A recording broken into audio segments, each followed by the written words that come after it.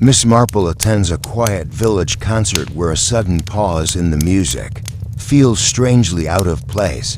That silence conceals a deadly secret, leading her to uncover betrayal, fear, and a hidden crime. With calm resolve, she must interpret what was left unsaid before tragedy strikes again. Chapter 1. A Note at Dusk.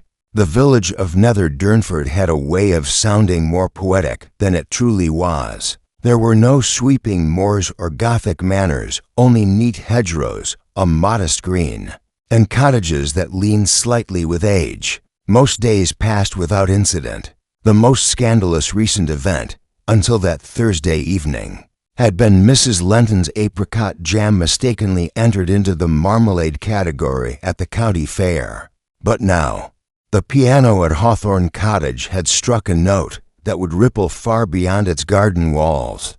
It was the third Thursday of the month, and as tradition dictated, the residents of Nether Durnford gathered for a recital and supper at the home of retired music teacher Mrs. Nora Langfield. Hawthorne Cottage, perched just beyond the bend of Church Lane, was a genteel little place, with ivy creeping over the gables and a conservatory that hummed with geraniums. Mrs. Langfield had been a concert pianist in her younger years at least. That was what she often suggested, though no one could confirm it, and her once-a-month recitals had become a kind of social glue. For the village, the guest list was always consistent. Major Levington, who fancied himself an amateur baritone, Mrs. Durant and her painfully shy daughter Millie, Vicar's wife Mrs. Calthorpe, who often nodded off during the second piece, and Mr. Jerome Ketteridge, the new rival at the Redford Lodge, who had bought the place from a taxidermist and brought with him a suspiciously modern sensibility. Miss Jane Marple had not intended to attend that evening. She had developed an unfortunate aversion to Mrs. Langfield's performances over the years, not for their lack of quality, but for the way she insisted on accompanying herself vocally, adding dramatic flourishes that grated on Jane's refined sensibilities. However, she had promised to return a borrowed gardening book and found herself gently coerced into staying for a small plate of pickled herring and bok. It was during the second piece, a meandering arrangement of Avenue Maria, that something odd occurred. Mrs. Langfield, who had begun the piece with her usual theatrical vibrato, suddenly faltered. Her hands slipped on the keys, striking an unmistakably sour note. Her face blanched, and for a moment she sat rigid, as though she'd seen a ghost in the conservatory glass dot. There was a murmur among the guests. Major Levington cleared his throat to break the silence. "Bit of a slip there, Nora, eh? Happens to the best of us." But Mrs. Langfield didn't respond. She rose slowly, her hands trembling. "Excuse me," she murmured. "I'm not quite myself." She disappeared into the back hallway, leaving the piano lid open and the tune unresolved. It was Mrs. Calthorpe who found her 20 minutes later. The guests had begun to mingle, sipping cordial and nibbling cold ham. But Mrs. Calthorpe, ever nosy in the most pious way, had noticed the light still on in the back pantry and gone to investigate. She screamed, not loudly, but with a startled, reverent gasp. "She's collapsed," she whispered. On the floor by the boot rack, the vicar, summoned hastily from the rectory, confirmed that Mrs. Langfield was quite dead. Dr. Graham from East Hollings was called, and by 9 o'clock the diagnosis was settled on heart failure. A tragic but not unexpected event, given Mrs. Langfield's age and recent complaints of dizziness. Still, something about the moment stayed with Miss Marple as she made her way back to her cottage. Under the deepening dusk, the piano's off-key note lingered in her memory. Not the sound of it, precisely, but the reaction it had stirred in Mrs. Langfield. Fear, pure and unrehearsed. Not embarrassment, not fatigue, but recognition. Miss Marple stood for a moment at her gate, the moonlight catching the frost on the hedges. "Fear," she murmured. "Yes, I've seen that look before. at the Milliners in 1912, when Mrs. Denby caught sight of her late husband's ring on another woman's hand. She shook herself from the thought. It was hardly time to start imagining murders where none had been declared. And yet the next morning brought its usual flurry of gossip. At the village shop, Mrs. Durant was already speculating. I always said she was too tightly wound. All that piano, and nothing but pickles for supper. It'll turn your heart to stone. She looked perfectly well last week, countered Mr. Farnsworth, who ran the post office. Sent a parcel to Gloucestershire, she did. Wrapped it up neat with blue twine. By mid-morning, there were whispers of something odd. Millie Durant had told a friend that she saw a man walking away from Hawthorne Cottage just before the recital began. A tall man in a dark coat, not from the village. The postmistress swore she had heard an argument earlier that afternoon, raised voices through the garden hedge, though she couldn't make out the words. And then, as if fate had decided to turn up the volume, a second revelation arrived. Jerome Ketteridge appeared at the vicarage, pale and visibly shaken. I need to speak to someone, he said. It may be nothing, but I was going to meet Mrs. Langfield that evening before the recital. She sent me a note. It said she had something to tell me. Something about my father. It was Miss Marple, sipping tea near the fireplace, who set down her cup without a sound. Her eyes, gentle but alert, remained on Mr. Ketteridge as he spoke.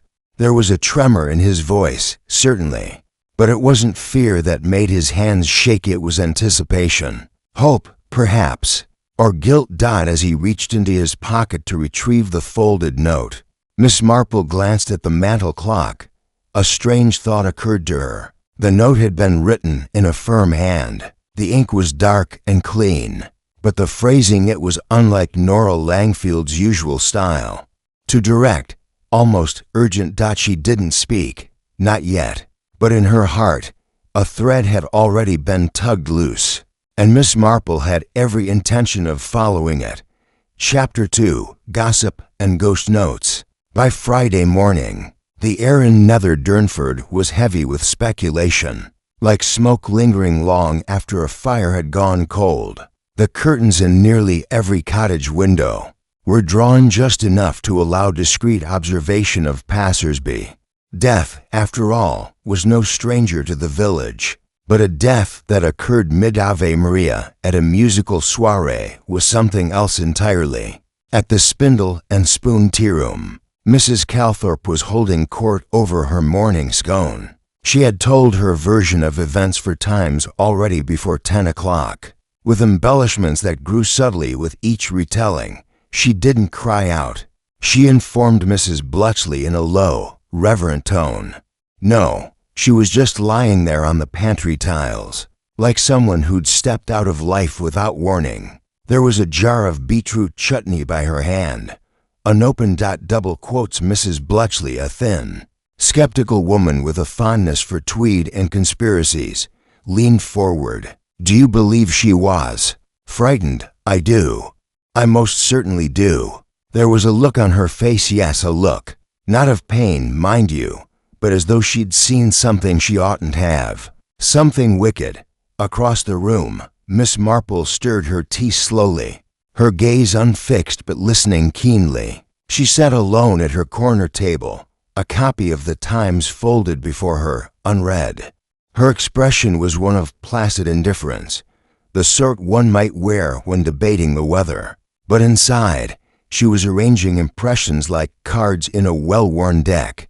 Mrs. Langfield's death had unsettled something not merely in the obvious ways, but in the subtle tremors it caused. Why, for instance, had she invited Mr. Ketteridge to a private meeting before the recital? And why had she faltered at the piano, not due to pain, but at the sound of a single, wrong note? Miss Marple had been listening to that piece in her head all morning.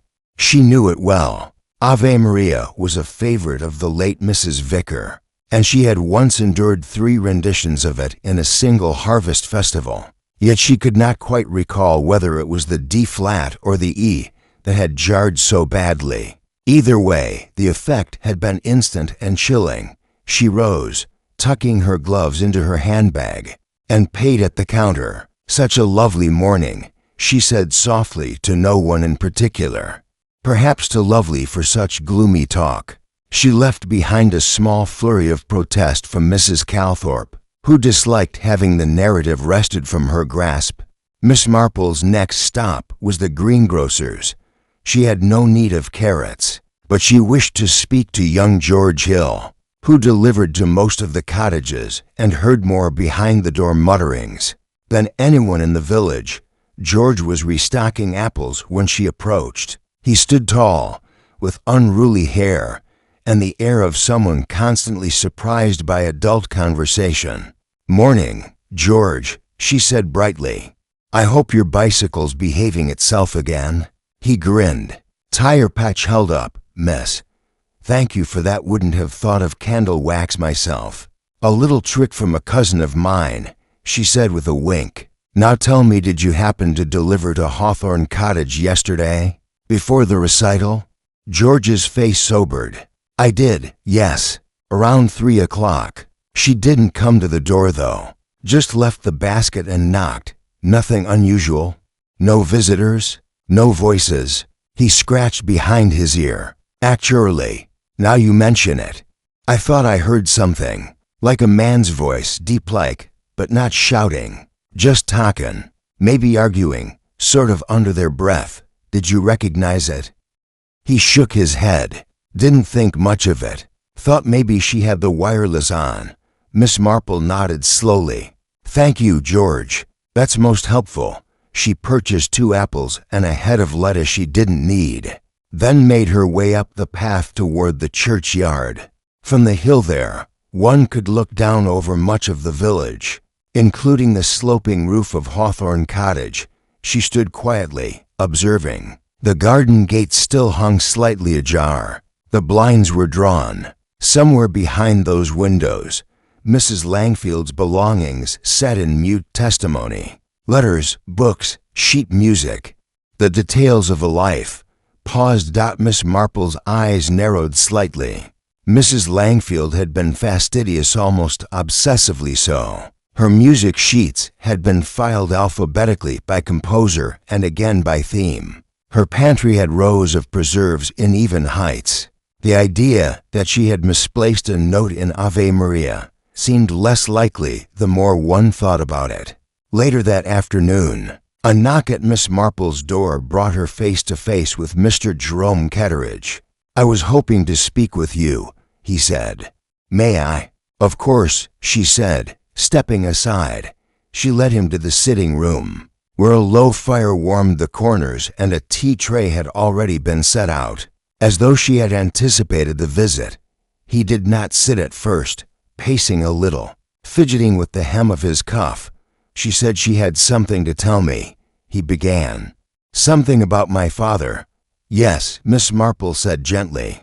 "You mentioned as much at the vicarage. I was adopted, you see. It's not widely known. And Mrs. Langfield had apparently known my father. Or so she said. She didn't elaborate. Just said I should come at 5:30, before the others arrived. But when you came," Miss Marple prompted. She was already preparing for the recital. "I was late," he said with a grimace. "I arrived just before the music started. I never got the chance to speak with her. She seemed distracted. Did you bring the note?" He produced it, folded neatly. Miss Marple read it again, more slowly this time. "Jerome, I must speak to you before the others arrive. There's something about your father that may be best known before it is discovered by someone else. Please do not delay." And Miss Marple tapped the edge of the paper thoughtfully. "Do you think she was afraid?" Ketteridge asked suddenly. "Yes," said Miss Marple. "I do." He blinked at her. "Afraid of what?" Miss Marple smiled faintly. "That, Mr. Ketteridge, is the question I believe we must now pursue." As the young man departed with promises to keep her informed, Miss Marple returned to her seat, her mind already arranging the puzzle pieces. Fear. Music. A wrong note. A visitor. And now, A secret tied to a man's father. It was, she thought, like listening to a melody slightly off in tempo, barely perceptible, but enough to disturb the harmony. And Miss Marple, more than most, knew how to hear what others could not. Chapter 3. A whisper behind the curtain. The next 2 days in Nether Durnford passed with a strange stillness, like the air before a storm. Though no further tragedy struck, the village did not return to its usual rhythm. People moved with cautious civility, as if every conversation might reveal more than intended. The death of Mrs. Nora Langfield had left a space not easily filled, not merely in music circles, but in something deeper, older, more difficult to name. Miss Marple, as was her custom, did not push. She observed. She listened. She wandered the lanes with her knitting tucked in a wicker bag, making idle visits, nodding politely to those who watched her pass. She had learned long ago that people spoke more freely when they thought she wasn't paying attention. It was during one such visit with Mrs. Emmeline Fothergill, widow of a not very remembered solicitor, that something curious surfaced. "You'll have to forgive the scones, Jane," Emmeline said apologetically. "I tried a new recipe. Less sugar, more nutmeg. One must experiment occasionally." Miss Marple smiled as she took a bite and resisted the urge to cough. "They're very distinctive." They sat in Emmeline's sunroom overlooking the overgrown remains of what had once been a rose garden. Miss Marple knew Emmeline to be a woman with no children to cats, and a rather significant capacity for remembering odd bits of information, especially those involving neighbors. "I suppose you've heard about the argument," Emmeline said, lowering her voice. "Which argument would that be?" Miss Marple asked innocently. "Oh, well, perhaps argument is too strong a word," Emmeline amended quickly. "But I did hear from young Susan at the bakery, who hears everything. You know that Mr. Lionel Dean was seen entering Hawthorne Cottage 2 nights before the recital. Quite late. 11:15. Miss Marple looked over the rim of her teacup. "Lionel Dean? The piano tuner?" "Yes, though I don't believe he was there for professional reasons. Nora was very particular. She had the Steinway tuned every 6 months like clockwork, and the last visit was in March." Miss Marple turned this over in her mind. Lionel Dean was a quiet man, unmarried, solitary, with a stammer that made conversation awkward, but not unpleasant. He lived with his sister in a cottage near the edge of the cricket pitch. Most villagers liked him in the way one likes a background character present, but unimportant. "And he left," she prompted. Susan said he looked upset, pale, flushed even, though it could have just been the cold. Miss Marple finished her tea and smiled gently. "Thank you, Emmeline." The scones were quite informative. On her way home, she made a detour by the edge of Dean's cottage. The front gate was slightly open, and a few climbing vines curled around the posts in late bloom. She did not knock, not yet, but she made note of the dust on the windowsill, fingerprints in the mist, as though someone had been peering out anxiously back at her own cottage. Miss Marple settled into her chair and retrieved a small notepad from the bureau drawer. She rarely wrote down names, but rather fragments, impressions, clues that fluttered about like moths until pinned. She wrote, "Langfield plus Ketteridge equals secret about father, wrong note gives visible for Lionel Dean. Late visit note phrased unlike Langfield's tone piano equals cat list." Then she paused, underlining the last item, the piano. Perhaps, in a very real sense, the instrument itself was central to the mystery. By Sunday afternoon, Miss Marple had arranged to see Reverend Calthorpe. Officially, it was to discuss a floral arrangement for the upcoming harvest service. But in Nether Durnford, visits always served more than one purpose. She found him in the study of the rectory, surrounded by books, his spectacles perched atop his head as though he'd forgotten they existed. "Miss Marple," he said, rising warmly, "always a pleasure. What brings you?" "Oh, a dozen small things," she said, settling into a stiff-backed chair. "I was particularly hoping you might indulge a curiosity of mine regarding Mrs. Langfield." "Ah," he said, his expression falling. "A terrible loss. A fine woman. Bit eccentric, perhaps, but who among us isn't?" "Indeed," Miss Marple replied. "I was wondering, Reverend, did she ever confide in you? In any unusual way?" He looked puzzled. "She confessed from time to time, if that's what you mean. Nothing untoward, though she did seem troubled of late, spiritually." He paused, "I'd say emotionally. There was an air of, how shall I put it, anticipation, as though something were looming. She once said to me, quite suddenly, 'It's a dreadful thing to carry another's guilt and not know whether you're protecting or enabling.' I assume she meant a family matter. Did she mention names?" "No, but she had me pray for someone. A young man," she said, "in need of direction. That was 3 weeks ago. A young man." Miss Marple's thoughts flit between Jerome Ketteridge and Lionel Dean. When she rose to leave, she placed a light hand on the arm of the vicar's chair. "Did she ever mention being afraid of anything?" He looked at her thoughtfully. "She said she feared one day hearing a certain sound, that it would mean the past had returned. I assumed it was a metaphor, no doubt," said Miss Marple. She left the rectory slowly, her mind ticking. A sound, a specific sound that could unlock the past. The wrong note at the recital. Could it have been more than a musical slip? Could it have been the sound? On Monday morning, Miss Marple made her way to Lionel Dean's home. His sister, Margaret, answered the door. A solid woman in sensible shoes, she offered a reluctant smile. "Miss Marple, what a surprise. I'm afraid I was hoping to speak with your brother, if he's available."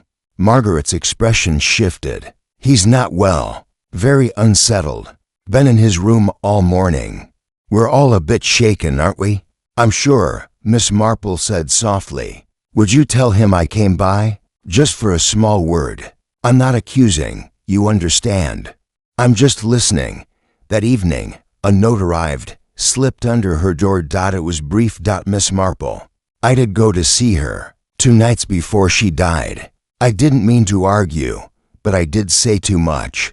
I think someone else was listening. I can't explain. But she knew a tune one she should not have known. That's what frightened her. That's what I fear too." Miss Marple read it twice, then folded it carefully. The tune. The wrong key. The sound that summoned the past.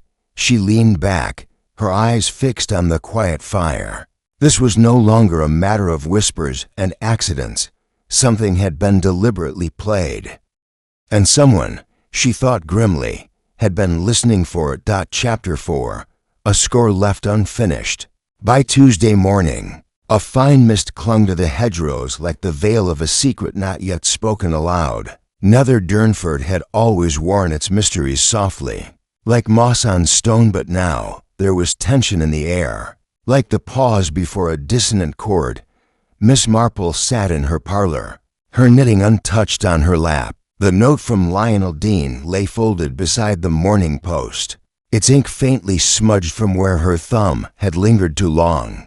She knew a tune, she murmured, echoing his words. One she shouldn't have known. There were many ways to hear a secret. Some were spoken, others whispered. But music could carry memory, could summon it. She retrieved a slim volume from her bookshelf, collected hymns and spirituals, a relic from her brief time in the village choir. She flipped through pages worn with time, humming softly under her breath, trying to find something, anything that felt out of place. A forgotten phrase, an unusual progression. Nothing stood out. Nothing until she reached the final pages, where loose sheets had been tucked years ago. Among them was a slip of parchment, crisp and pale, with a sequence of notes written in pencil. They seemed ordinary enough, but then her fingers paused. D minor, then a sharp G, then a return to a flat. It was awkward, unsettling, musically unsound.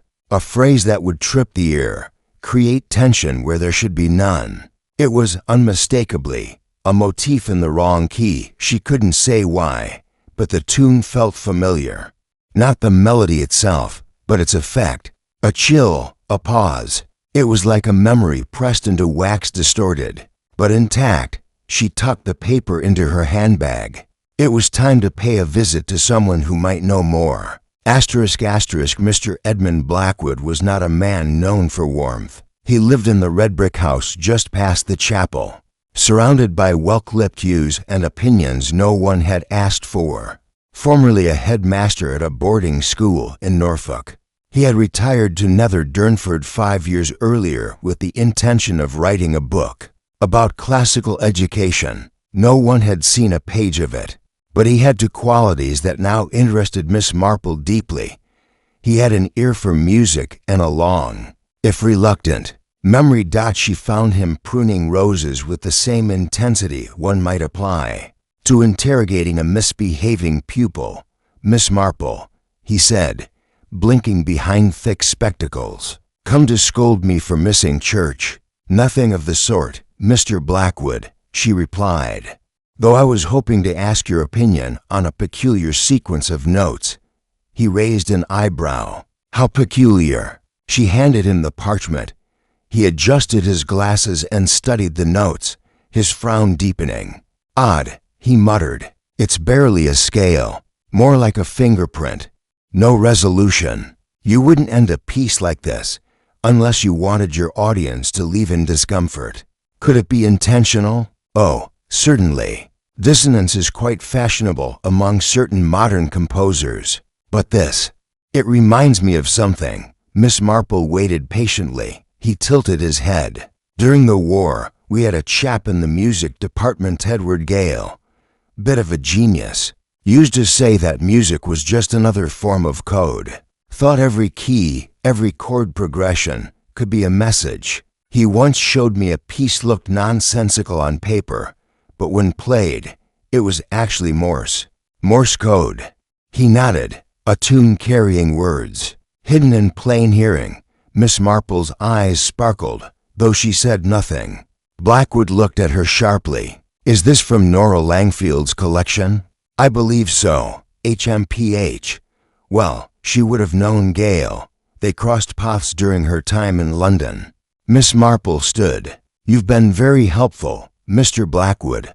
I shan't take more of your time, Miss Marple," he said, holding up the paper. "If this means what I think it does, it wasn't meant to be heard. It was meant to be decoded." That afternoon, she returned to Hawthorne Cottage. It had been cordoned off since the death, but Miss Marple was not one to let a latch keep her from careful inquiry. She approached discreetly from the back garden. The conservatory glass was clean, but cold, and the plants inside wilted from neglect. She circled around to the kitchen door and found, to her mild surprise, it was unlocked. She stepped inside quietly. The air was faintly perfumed with lavender polish and pickled onions. The orderliness of Mrs. Langfield's home was immediately apparent. Tea tins labeled, chairs pushed in, a doily on every surface. But it was the music room that drew her attention. The piano stood in shadow, its lid closed now. Sheet music lay stacked to the left, a small metronome ticking once, then stopping, as if startled. Miss Marple's fingers hovered over the keys. She did not play, not in any meaningful way, but she pressed a few gently, D, then G sharp, then a flat, the same sequence. The discord struck her anew. It didn't belong in any hymn she knew. Her eye drifted to a small cabinet beside the piano, locked, but above it on the wall hung a small framed photograph. Two women in front of a concert hall, arm in arm. One was unmistakably a younger Mrs. Langfield. The other, dark-haired, tall, with sharp features, was unfamiliar. The back of the frame bore a name in faint pencil. Clara Hastings, 19 for 9. Miss Marple stepped back. Hastings, not a common name in the village. Later, over tea, she made inquiries. "Oh yes," said Mrs. Bletchley, "Clara Hastings. She taught voice in London. Rumor had it she had a bit of a scandal once. Some affair with a student, or was it a critic? Can't recall. She vanished after 52, never resurfaced. Nora Langfield was said to have taken it very hard.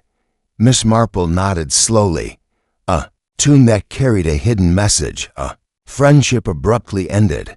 A recital interrupted by a wrong note and a death. Miss Marple was beginning to believe that the murder, if murder it was, had been orchestrated like a composition, each act layered beneath the last, and someone, she suspected, had been waiting for that tune to be played again. The next morning brought another development. Sergeant Merivale, a steady sort of man with a fondness for pencils and pocketbooks, arrived at Miss Marple's door.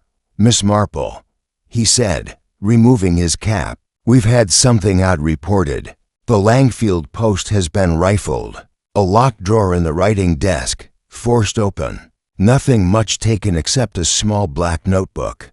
The housekeeper, Mrs. Penham, noticed it missing.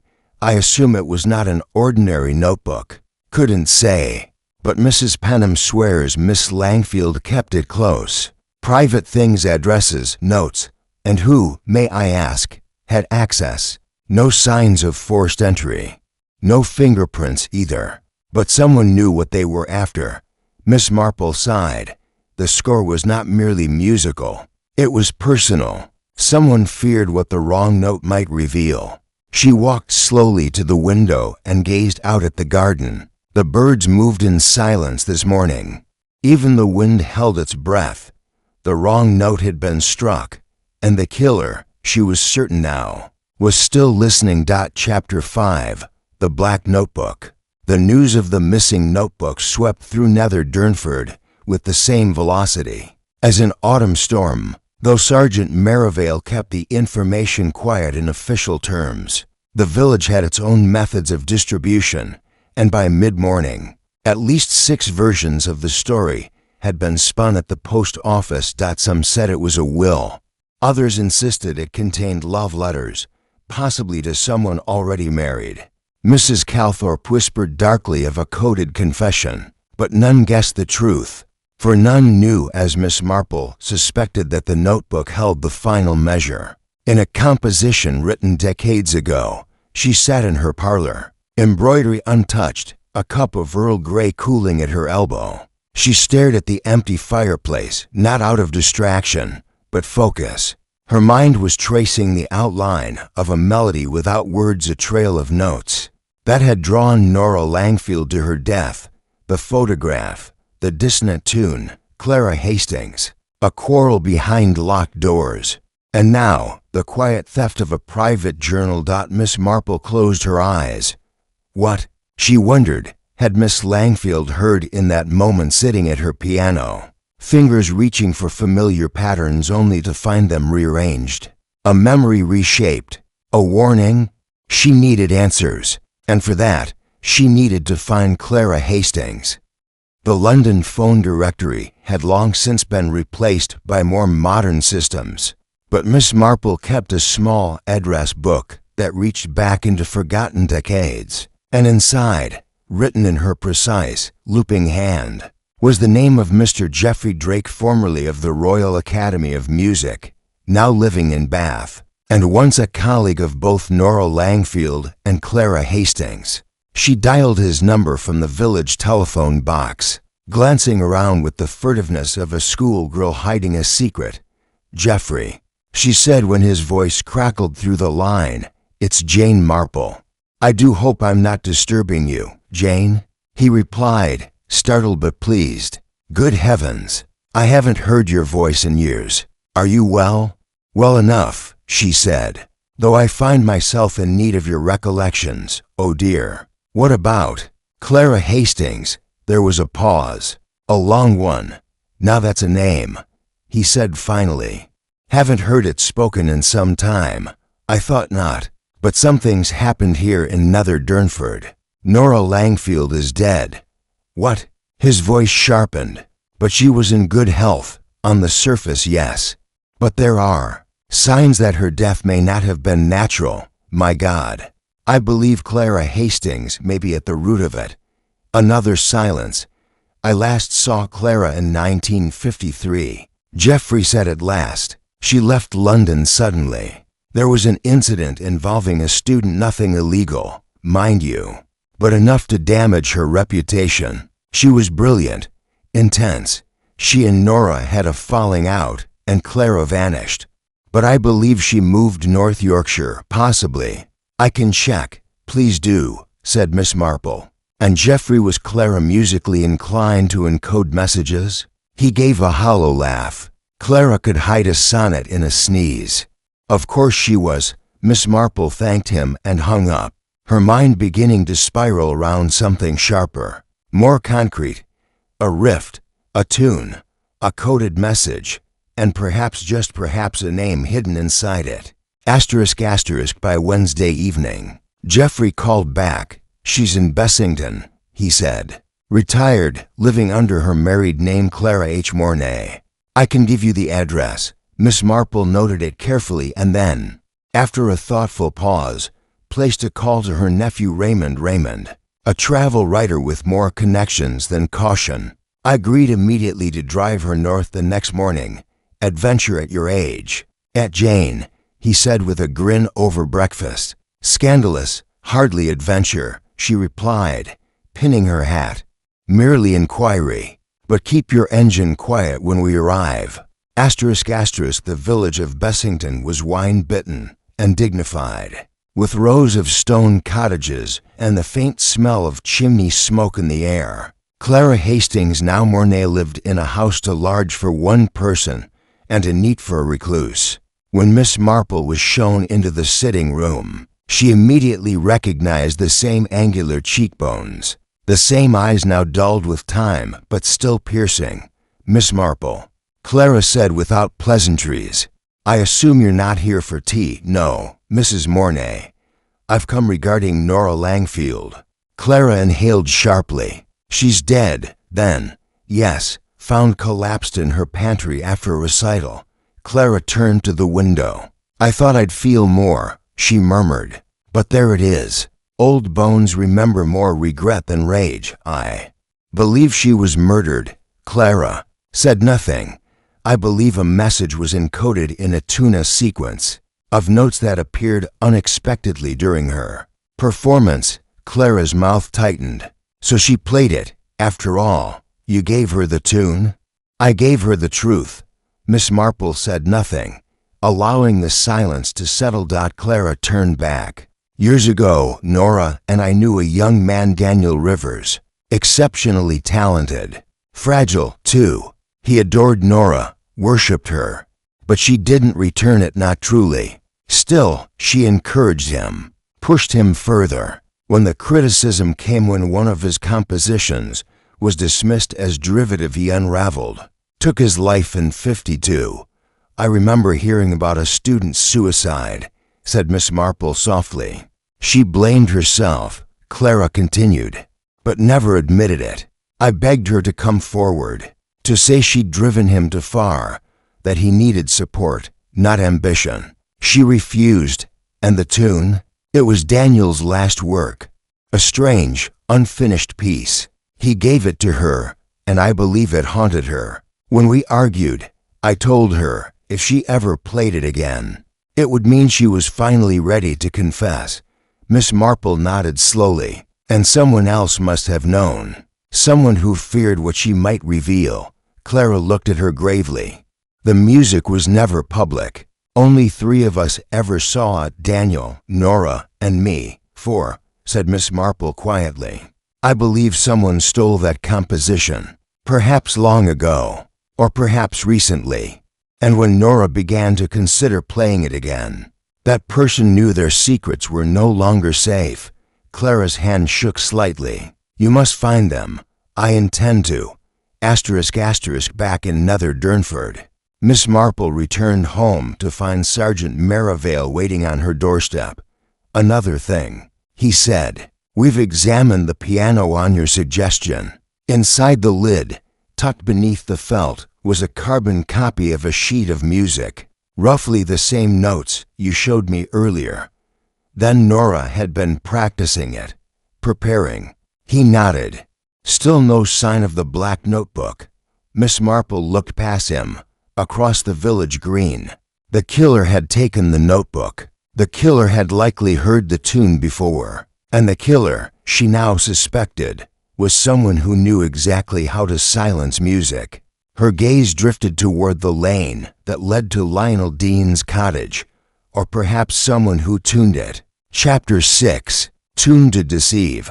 The sun rose with deceptive gentleness over Nether Durnford the next morning, gilding the rooftops and the church spire in soft gold. But beneath the village's quiet exteriors, the melody of unease had not diminished. If anything, it had grown more intricate, like the low hum of a wire pulled to tight.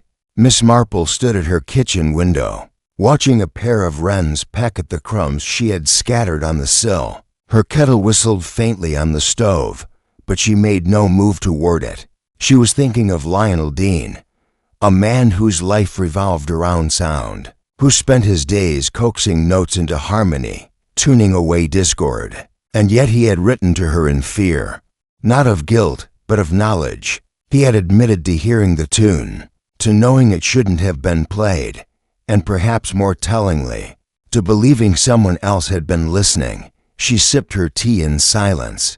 What if Lionel was right? What if someone had been present at that late-night visit? Someone who had overheard the conversation or even interrupted it?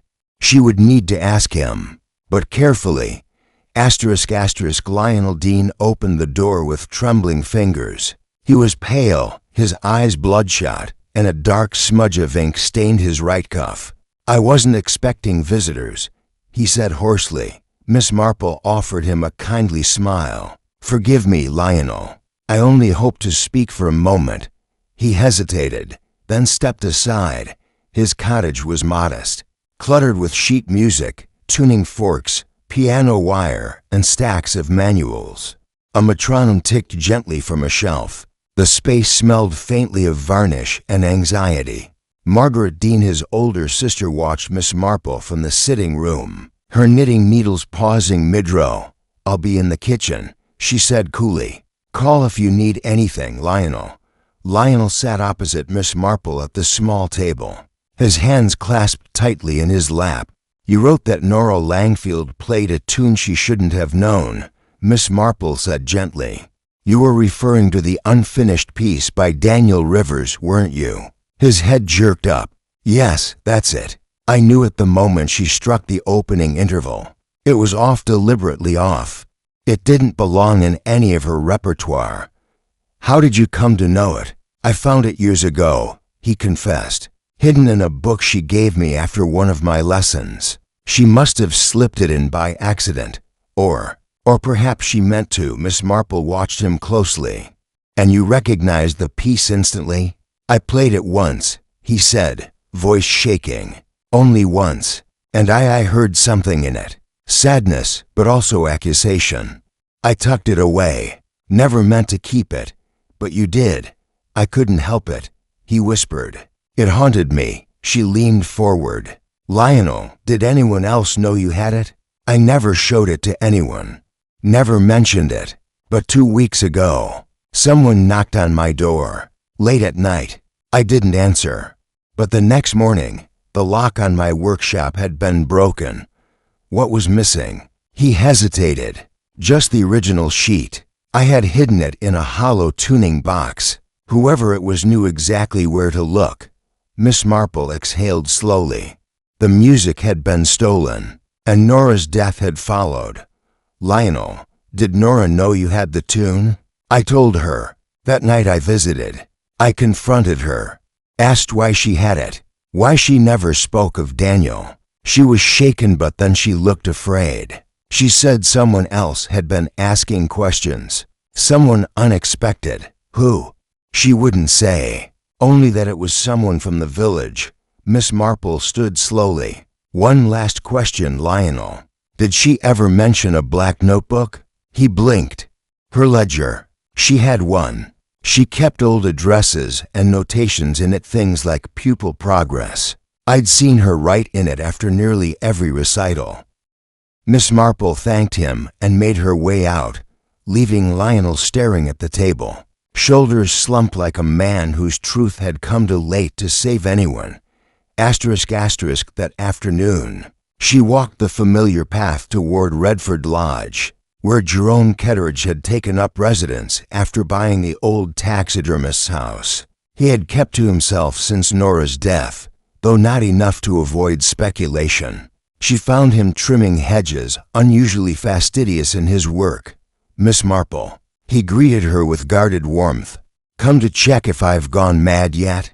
"Nothing so dramatic," she said calmly, "though I was curious about something you said the other day, about Nora Langfield's note, that she wished to tell you something about your father." He paused. "Yes? Did you ever consider that someone might have wanted to prevent that truth from being spoken?" His brow furrowed. "Are you suggesting she was killed to keep her silent?" Miss Marple's expression did not change. "Do you know anyone who might have had reason to stop her?" "I know. I hardly know anyone here." But his voice lacked conviction. "You spoke of being adopted, that she hinted your father had secrets. Might I ask, was music ever part of your family life, even in small ways?" He looked down. "I don't know. My birth certificate listed no profession for my father, just his name, Daniel Rivers." Miss Marple felt the air shift around her. "Daniel Rivers," she repeated gently, "the composer who took his life in 1952. He looked startled.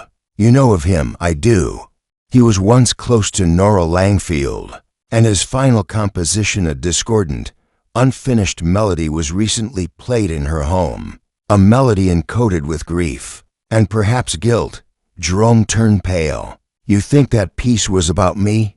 "I think it was meant for you," Miss Marple replied, "and I believe Nora intended to give it to you at last. But someone who knew its meaning, intervened." She left him standing among the hedge clippings, his shears hanging uselessly at his side. That evening, as twilight melted into dusk, Miss Marple sat before her fire, knitting untouched in her lap. She was considering motives. Jerome Ketteridge had inherited nothing from Nora Langfield. He had only just arrived, but he had a connection to the original tragedy, a blood tie to Daniel Rivers. His presence might have stirred old guilt, or exposed old lies, and Lionel Dean had knowledge, but no apparent motive, that left someone else. Someone neither directly tied to Daniel Rivers nor Nora Langfield, but invested nonetheless. She thought of Margaret Dean, always listening, always nearby, a sister protective of her brother, someone who might intercept letters, who might overhear confessions, who might see the arrival of a stranger like Jerome, and fear what the past might spill into the present. Margaret had motive. Protect her brother. She had opportunity. She lived under the same roof as Lionel. And perhaps she had heard the tune once when Lionel played it in secret. Miss Marple closed her eyes. She would ask Margaret Dean one question tomorrow, just one. And depending on the answer, the harmony of the village might never sound the same again. Chapter 7. A Sister's Chord. The next morning broke sharp and bright, the kind of cold, clear day that seemed to insist everything be seen plainly. Nether Durnford lay still beneath a pale blue sky, but Miss Marple knew that even the clearest morning couldn't erase the shadows that clung to truth. She made her way along the gravel lane toward Lionel Dean's cottage, her steps measured, her expression serene. But beneath the surface, her mind moved with quiet precision, like a clock ticking through its final revolutions. She didn't knock immediately. She stood a moment on the stoop, letting her fingers rest against the old iron bell, listening to the faint creak of the wind across the eaves. She was thinking not of Lionel but of Margaret Dean, of her stillness, her interruptions, her presence, always slightly behind the conversation, as though waiting to hear something crucial fall. When she finally rang, it was Margaret who answered. She wore a heavy cardigan and thick slippers, her hair pulled back in a bun too tight for comfort. She gave Miss Marple a cautious smile. "Good morning, Miss Marple," she said, holding the door half closed. "Is this about Lionel again?" "In part," Miss Marple replied. "But I had hoped to speak with you actually, just for a moment, if you can spare the time." Margaret's mouth tightened, but she opened the door wider. The sitting room was much as before, except now the metronome had been stilled. A silence lay over the space, not peace, but tension, like the moment before a page is turned. Margaret gestured to the chair near the window. "Well then, ask what you came to ask." Miss Marple sat gently, folding her hands over her purse. "Margaret, I'm sure you know that your brother told me about the missing sheet music, the one hidden in his tuning box." Margaret's face did not change, but her knitting paused mid-row. "He believed no one else knew about it," Miss Marple continued. "But I suspect you did. Double quotes silence. Miss Marple pressed on. "You see, Lionel is a good man, but not a subtle one. He holds secrets like hot coals. He can't help but flinch. But you are quiet, observant, careful." Margaret resumed knitting. "My brother has suffered more than you know." "Yes," said Miss Marple gently, "and I think you've protected him all your life." Still no reply. But Margaret, when he told Nora Langfield about the sheet music, she was frightened, not of Lionel, but of the implication. She knew what it meant. She knew the piece had been copied, and I believe she finally intended to reveal something about Daniel Rivers, something Jerome Ketteridge had the right to know. Margaret's fingers worked faster. "You think Lionel killed her?" "No," Miss Marple said softly. "I think you did." The click of the knitting needles stopped. Margaret looked up slowly. Her voice, when it came, was not angry. It was tired. He was fragile when he found that music. It unsettled him, changed him. He'd always admired Nora Langfield, trusted her. But when he learned the tune was tied to a suicide, he couldn't sleep. He played it obsessively. It was poisoning him. "So you confronted Nora," Miss Marple said. "I begged her to take it back," Margaret whispered, "to destroy it. But she said it had to be heard, that the past must speak, no matter how painful." She intended to tell Jerome the truth. She said Daniel Rivers was his father, that she knew it, that the music was part of a message. And then she said something else. She said if she played the tune, people would begin to talk, that someone might guess Lionel had kept it. Margaret looked up, her eyes red. She said Lionel was part of the lie. But he wasn't. He was only a child when Daniel died. "And so," Miss Marple said quietly, "you made sure the tune would never be heard again." Margaret's hands fell into her lap. "I didn't mean to kill her," she whispered. "I went there that night after Lionel came home so shaken. I thought I could reason with her. But she laughed. She said some truths are more dangerous when left unsaid." She turned away to fetch something from her desk, and I pushed her. She fell. "It was so quick. You staged it as heart failure," Miss Marple said. "I didn't know what else to do. I took the notebook. I thought it might hold more clues, more names, more damage, and you removed the sheet music." Margaret nodded. "I burned the original. But Lionel still had the copy, hidden in the piano." "I didn't know until yesterday, Margaret," Miss Marple said gently. "You can't protect him from the past, only from what he might do in the future. And now, someone else must be protected from injustice." The door creaked softly as Lionel entered. He looked between them, confusion in his eyes. "Margaret? What's—" "She knows," Margaret said, turning to him with a small, sad smile. "She knows everything." Lionel stared at his sister, the enormity of what had passed between them dawning with painful clarity. "I only ever wanted to keep you safe," she said. Miss Marple rose. "You should speak to Sergeant Merivale. I'll send him to you." Margaret said nothing. She simply resumed her knitting, the needles now moving slowly, rhythmically, as if finishing something long begun. **** Later that evening, Sergeant Merivale arrived at Miss Marple's door. "Well," he said, taking off his cap, "you were right again. Miss Marple handed him a cup of tea. She did not intend to be a killer, but fear is a strange conductor, Sergeant.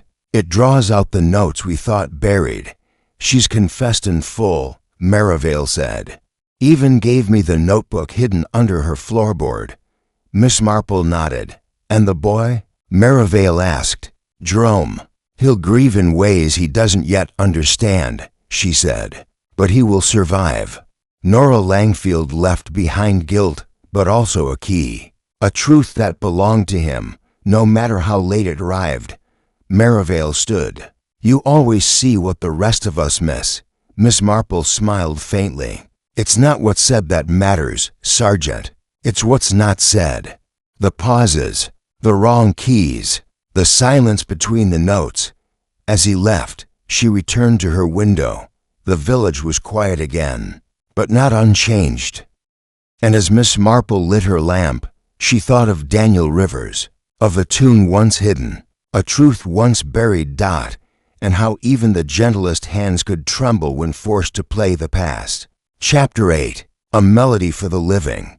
The days following Margaret. Dean's quiet confession passed like notes held on a fading chord, reverberating softly, then settling into the ordinary hush of village life. Nether Durnford, so accustomed to rhythms of routine, did not speak openly of the death at Hawthorne Cottage. There was no scandalous inquest, no headlines, just a faint tightening of lips when Mrs. Calthorpe mentioned the recital, and a discreet absence of Mrs. Dean from morning service. Miss Marple, ever composed, returned to her gardening and afternoon walks, though her thoughts still wandered to the echo of that discordant tune. It had been a mystery of music, yes, but more so a mystery of grief, a grief delayed, redirected, and finally resolved. Nora Langfield's death had not been planned, but it had been precipitated by truth long suppressed. Miss Marple believed firmly that such truths, when kept too long, turned to poison. And sometimes, they sang, on the third day, Jerome Ketteridge called. She found him standing at her garden gate, head in hand, his face more drawn than before but also more open. I hope I'm not intruding, he said. Not at all, Miss Marple replied. Come and sit. I've just boiled the kettle. He followed her to the kitchen, where the scent of mint and lemon lingered. They sat opposite each other, the china cups between them delicate and silent. I've spoken to the police, Jerome began, his voice carefully even. They confirmed what you told me. About Margaret. About the tune. About my father. Miss Marple nodded. I thought it best you heard it from someone calm. I'm not angry, he said, staring into his tea. Not exactly. Just disoriented.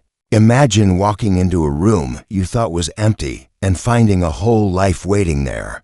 She offered no immediate reply. Only the soft clink of her spoon. I never knew him, Jerome went on. Daniel Rivers. I'd read about him a name in an old anthology. But knowing he was my father, it changes things. I'm not sure how, but it does. Of course it does, Miss Marple said gently. But the man you are now is still the same. This simply adds a note to your score. He smiled faintly at that. The music metaphor. It fits, doesn't it? Too well, she said. And that is precisely the danger. One must be careful not to let melody become myth. Jerome studied her for a moment. Do you believe Nora meant to tell me all along? I do, she replied. I believe she carried the truth for years. Perhaps too long. But when you arrived, when she saw the resemblance, heard your voice, maybe even your phrasing, it moved something in her. She wanted to give you back your name. He swallowed hard. And instead, she lost hers. Miss Marple's eyes softened. She made a mistake, but in trying to repair it, she also found courage. That should not be forgotten. They sat in companionable silence for a moment. Then Jerome said, There's something I'd like to do. I'm not a composer, but I can write. I've always written short essays, small reflections. I thought, perhaps I'd write something about him. Not a biography, just a son's letter. I think that would be a fine tribute, And perhaps, he added, I could donate the manuscript to the county archives, along with Daniel's final piece. The recovered copy, I mean. It's not a masterpiece, but it says something. Miss Marple nodded. It says everything.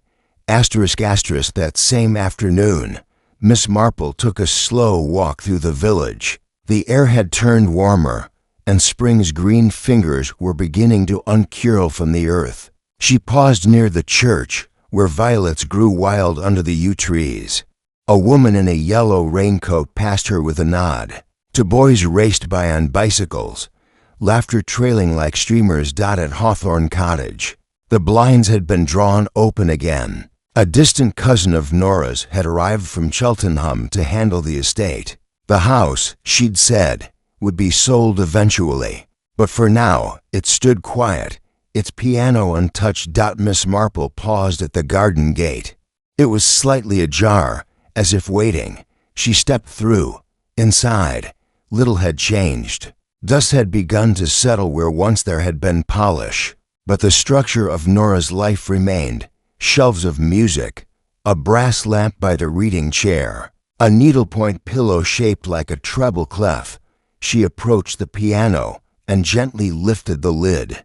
The keys were clean, the bench undisturbed, and yet she could almost hear the ghost of that wrong note still vibrating in the room. She sat down, rested her fingers lightly on the ivories. She played 3 notes, D, G sharp, a dash flat, then silence, a minor progression never meant to resolve. A question left unanswered. Miss Marple closed the lid. Behind her, a draft stirred a corner of a curtain. Outside, a single bird called clear, lilting, alone, asterisk asterisk back home. Miss Marple composed a letter to Clara Hastings now Mornay. She wrote with care, her fountain pen flowing steadily across the page. Dear Clara, I thought you should know that Margaret Dean has confessed. The truth you feared would stay buried has, at last, surfaced. Jerome Ketteridge is your friend Daniel's son. He knows now, and he is not bitter, only changed. The tune was played, not perfectly, not publicly, but it was heard, and through it, a small wrong has been righted. I hope this brings you a measure of peace. Yours, Jane Marple. Folded the letter neatly, sealing it with a green stamp. Outside, the wind had shifted. A softer breeze had arrived, the kind that carried the scent of soil and new beginnings. Miss Marple made a mental note to plant hyacinths. The season, after all, had turned, and somewhere between the fading strains of a haunted melody and the silence that followed, a kind of harmony had been restored. Chapter 9, the final bar line. Nether Durnford had begun to hum again, not with whispers or scandal, but with the low, familiar rhythm of ordinary life. Church bells on Sunday, the clatter of market stalls. Mrs. Lenton once again debating jam lids with a zeal better suited to foreign diplomacy. It was as though the village had collectively exhaled. But Miss Marple, while sipping her tea by the parlor window, understood that true quiet rarely followed such revelations. Rather, it settled in slowly like a melody reaching its final bar line. The tension resolved, yet something ineffable left lingering in the silence. She thought often of Margaret Dean, now in custody at the nearby holding house in East Hollings. There would be no trial, of that she was fairly certain. Nora's death had not been premeditated, and Margaret's confession was complete, remorseful, and heartbreakingly calm. She had spent decades composing her life around her brother's fragility. In the end, it had been her undoing. Miss Marple had once read that love and fear were often mistaken for one another. Margaret Dean had proved the point with painful precision, but what remained now were the living. On Wednesday morning, Miss Marple received a small parcel. The envelope was addressed in Jerome Ketteridge's hand. Inside was a neatly typed essay, its title elegant and unassuming, In the Key of Silence, A Son's Reflection. She did not read it all at once. She placed it on her writing desk and waited until the garden was quiet, the kettle warm, and the village still. Then she began, reading slowly, as though the words had weight. It was not a story of vengeance. It did not scold the dead, nor aggrandize the living. It was a letter of peace written not to Daniel Rivers, but to the absence of him, to the long pause where a father might have been. Miss Marple read every line with care, and when she finished, she folded it again and placed it gently between the pages of her old hymn book, right beside the loose paper that had started it all. Those 3 strange notes, those incomplete chords. They belonged together now. Asterisk asterisk. The following week, the church hall hosted its annual spring social. There was lemonade, bunting, and a particularly competitive sponge cake contest that ended with Mrs. Calthorpe declaring her own entry to refine for public judgment. Music played from an old phonograph in the corner waltzes, mostly, and the scent of lilacs drifted through the open windows. Miss Marple attended, as she always did, wearing a pale lavender cardigan and a forget-me-not brooch. At one point, she found herself seated beside Jerome, who had brought a basket of oat biscuits from a bakery in East Hollings. "Your essay was beautiful," she said softly. "Thank you," he replied. "I've sent a copy to the academy where Daniel taught. They said they'd like to include it in their archives." Miss Marple smiled. "A fitting place for it." He hesitated, then added, "And I've decided to stay on in Nether Durnford, at least for a little while. Redford Lodge is a bit too large, but I think I might convert one of the rooms into a writing study."